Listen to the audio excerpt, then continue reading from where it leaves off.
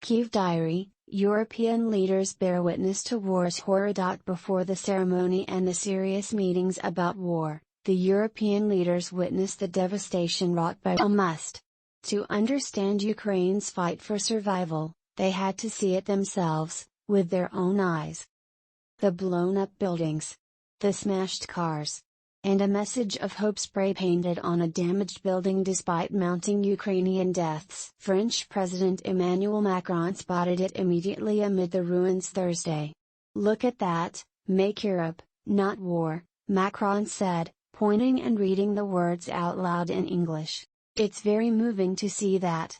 The leaders of France, Germany, Italy and Romania had a walking tour of Irpin, a small city which bore the full brunt of Russia's failed assault on the Ukrainian capital, Kyiv. In the first weeks, the tour preceded a meeting in Kyiv with Ukrainian President Volodymyr Zelensky, who met them wearing army green pants, a matching t-shirt and sneakers. If the four hadn't fully grasped the scale of the horrors inflicted by the Russian invasion, ravages like the ones visited across much of Europe during World War I and World War II, then Macron, German Chancellor Olaf Scholz, Italian Premier Mario Draghi and Romanian President Klaus Iohannis had the leaders traveled by overnight train to the Ukrainian capital because flights aren't possible in the wartime airspace where missiles, drones, fighter jets and helicopters have rained down death and destruction. Iohannis, whose country has been a key destination for Ukrainian refugees,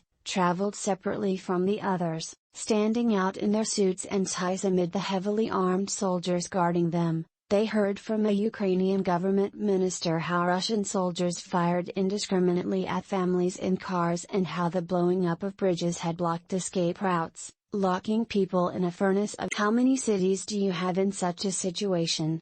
Macron asked. "Hundreds," Alexei Chernyshov, Ukraine's Minister for Communities and Territories Development, replied. "They were shooting into the families, children, women as they tried to flee the fighting," the minister said. "They were just deliberately killing people inside the cars." Macron wanted to understand how troops could do such things. "How do you explain this?"